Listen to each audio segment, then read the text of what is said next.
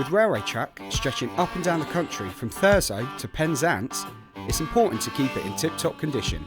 But with the network busier than it's ever been, closing down tracks for repairs can cause disruption for passengers.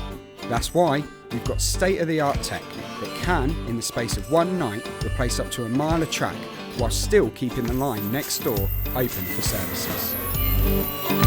The track renewal train arrives and transforms into a factory.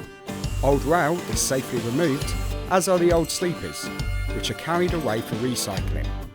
We make sure the ground is levelled before brand new sleepers are lifted in and shiny new rails laid on top.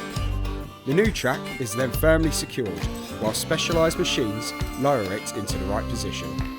Engineers then double check everything's where it should be before we make sure it's stabilised, ready for trains. The factory then folds up securely and it's on to the next job.